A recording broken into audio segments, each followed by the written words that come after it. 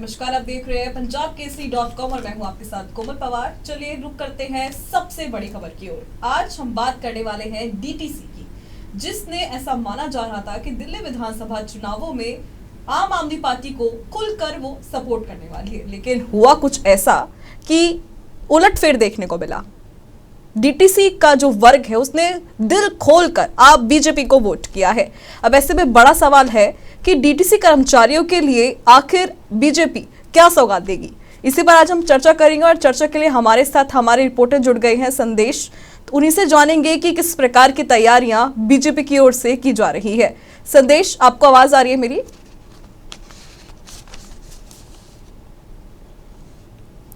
संदेश, आवाज आ रही है आपको?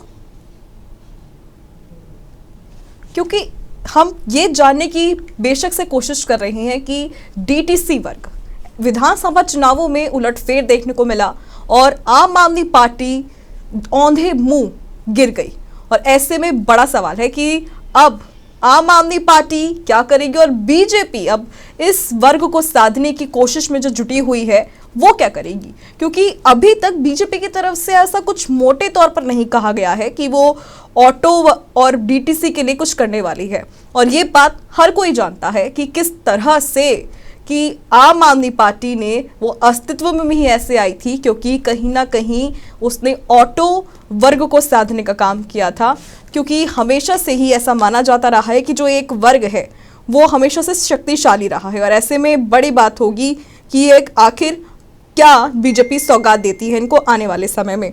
क्योंकि डीटीसी में अगर मैं बात करूं सफ़र की, तो यहाँ पर हमेशा से ही बीजेपी सरकार ऐलान करती हुई आई है कुछ ना कुछ, लेकिन अब जिस प्रकार से उन्होंने बजट में काफ़ी मोटा बजट जिसको कहते हैं कि दिया है, अब ऐसे में देखना होगा कि आम आदमी पार्टी आखिर किस तरह से लेगी। क्योंकि पूरे चुनावों में उन्होंने जय भीम, आरक्षण का मुद्दा, इन तमाम मुद्दों को उन्होंने जमकर घेरा था।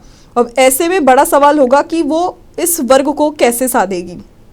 तो इसीलिए सबकी नज़र सिर्फ इसी चीज़ पर है कि अब डीटीसी जो सूखा खत्म करके दिल्ली की सत्ता पर काबिज हुई है, अब ऐसे में होगा तो होगा क्या। क्योंकि ट्रांसपोर्ट में कुल 12,000 करोड़ से भी ज़्यादा का बजट मिला है और डीटीसी कर्मचारियों में कहीं ना कहीं गुस्सा भी देखने को मिल रहा है।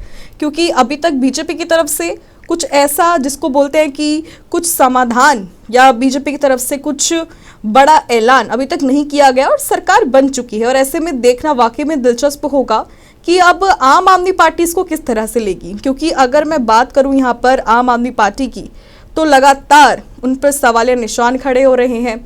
वो कहीं ना कहीं जिस प्रकार से उन्होंने बदहाली की स्थिति दिल्ली में लाई थी और उसको भी लगातार बीजेपी पार्टी उनको उजागर करने का काम कर रही है। और ऐसे में बड़ा सवाल होगा कि डीटीसी आखिर किसका साथ, डीटीसी कर्मचारी किसका साथ देने वाले हैं।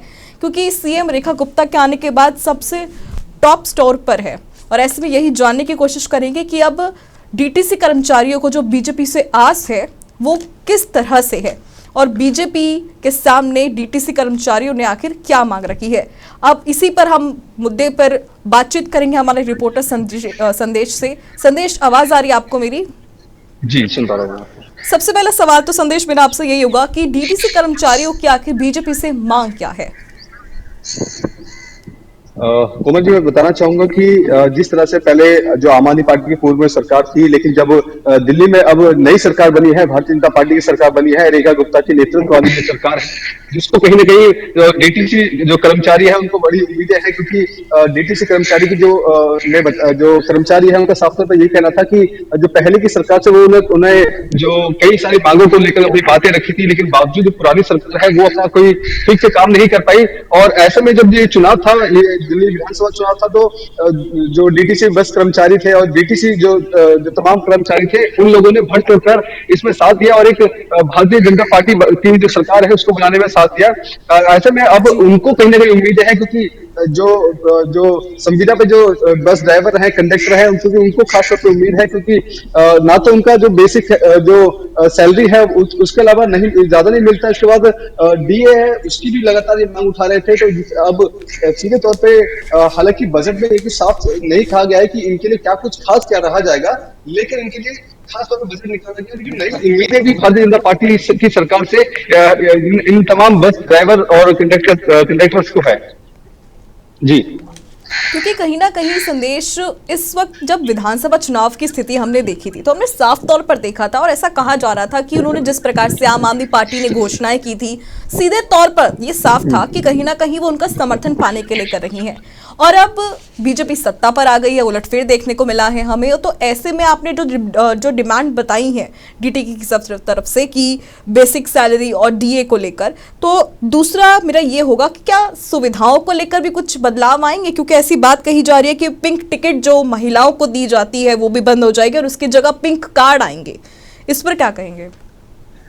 कोमल जी, जिस तरह से अब भारतीय जनता पार्टी की नई सरकार है तो दिल्ली में जो डीटीसी बसों में भी बदलाव होना भी लाजमी है, क्योंकि अभी जो जिस तरह से पहले जो पिंक टिकट महिलाओं को दिए जा रहे थे उसको खत्म करने की बात कही जा रही है। रेखा गुप्ता ने कहा है कि अब महिलाओं को जो फ्री बस यात्रा है उसमें कहीं ना कहीं बदलाव मिलेगा। क्योंकि सैलरी यहाँ पर सबसे बड़ा मुद्दा भी रहा है। हम लगातार ये सवाल पूछने के और दर्शकों को बताने के और खास तौर पर उन कर्मचारियों के लिए बड़ी एक स्थिति ऐसी बन गई है कि डीटीसी कर्मचारियों को आखिर बीजेपी की तरफ से एक राहत भरी खबर वो कब आएगी? क्योंकि खुले तौर पर और साफ तौर पर और बड़े पैमाने पर डीटीसी कर्मचारियों ने बीजेपी को वोट दिया है, अपना सपोर्ट दिया है और वो सरकार बनाने में कहीं ना कहीं काबिज भी रहे इसी को लेकर। तो ऐसे में डीटीसी कर्मचारी आखिर कब उनको वो एक क्षण आएगा जब बीजेपी साफ तौर पर उनके लिए कोई अनाउंसमेंट करेगी? यहाँ पर हम बात कर रहे थे कि पिंक टिकट्स जो होंगी वो बंद हो जाएंगे और पिंक कार्ड आएगा।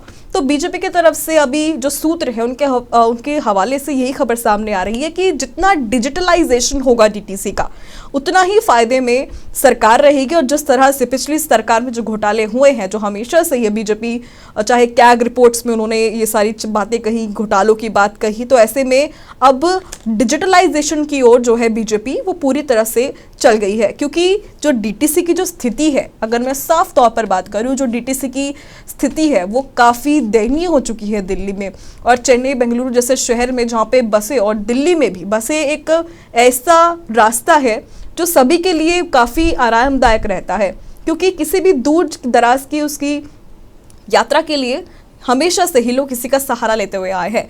और ऐसे में जो हमारे संवाददाता ने हमें बताया कि बेसिक सैलरी और डीए, ये कुछ ऐसी तमाम मांगे हैं जो बीजेपी की ओर से लगातार की जा रही हैं। और अब मैं यहाँ पर बता देती हूँ कि डीटीसी के बेड़े में 5000 इलेक्ट्रिक बसें लाने की भी बात की जा रही है। तो यहाँ पर सबसे पहले तो हम ये जान लेते हैं कि आखिर ये इलेक्ट्रिक बसों का ये जो मुद्दा है ये आया कैसे।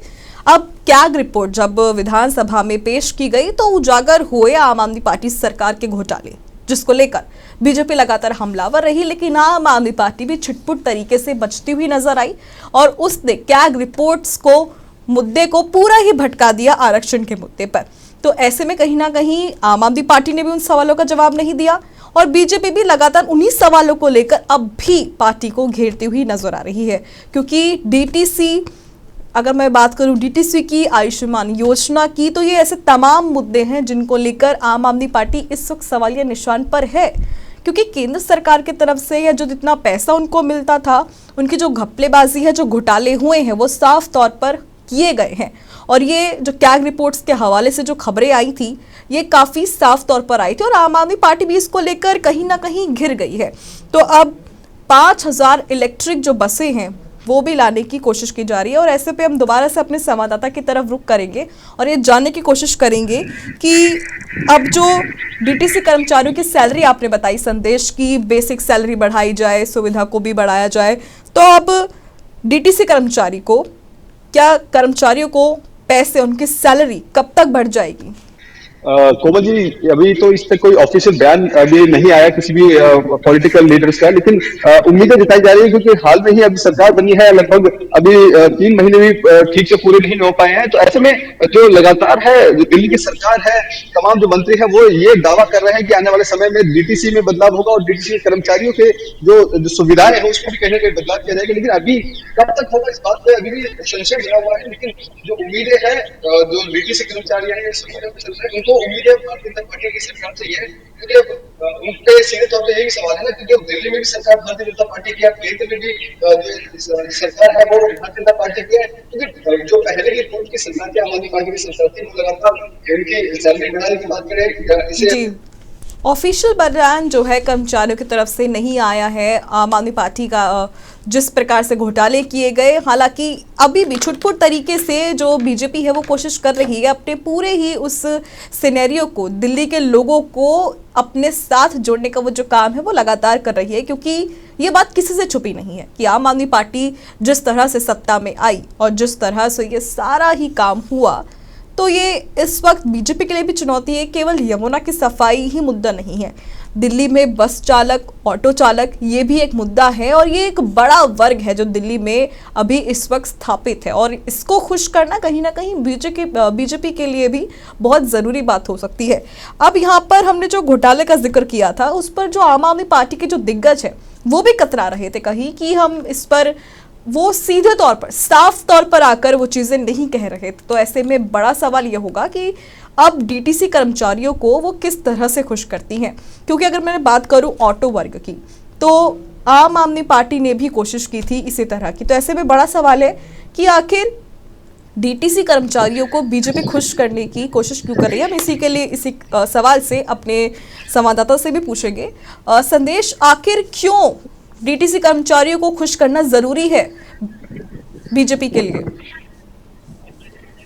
देखिए, डीटीसी जो कर्मचारियों को खुश करना इसलिए भी जरूरी हो जाता है क्योंकि देखो, दिल्ली की मेट्रो के बाद जो लाइफ लाइन कही जाती है वो दिल्ली की जो डीटीसी बसें होती हैं, और इसमें जो भारी संख्या में जो कह सकते हैं कि आम जनता सफर करती है, चाहे पुरुषों की बात की जाए या स्टूडेंट्स की बात की जाए, महिलाओं की बात की जाए, तो ऐसे में उन डीटीसी कर्मचारी अगर सही तरीके से उनकी अगर वेतन बढ़ाया जाए, क्योंकि अभी कई जगह शिकायतें, अभी हाल में हड़ताल हुई थी, उनका साफ तौर पर कहना था कि जो क्लस्टर पे खासतौर पे जो काम कर रहे हैं, उनका कहना था कि इनकी जो सैलरी है, सैलरी से हटकर बस में कुछ गड़बड़ होती है तो उनको अपनी जेब से पैसा लगाना पड़ता है, गाड़ी पंचर होती है तो गाड़ी इसका जो पैसा है वो भी जेब से लगाना पड़ता है। तो कहीं ना कहीं सरकार है अगर डीटीसी कर्मचारी खुश रख पाएगी तो तभी वो कर्मचारी है वो आम जनता को सफर करने में वो खुश होकर के काम कर पाएगी, क्योंकि ऐसी भी शिकायत आ रही थी कि महिलाओं की जो बस यात्रा है वो मुफ्त है, और महिलाओं की ऐसी थी कि जो बस ड्राइवर है वो इस टाइम में बस नहीं होती है। तो कहीं ना कहीं जो अंदर का फ्रस्ट्रेशन था इन लोगों का वो कहीं ना कहीं देखने को मिल रहा था, क्योंकि मिलता था तो कट करके मिलता था। तो अब ऐसे में शायद अगर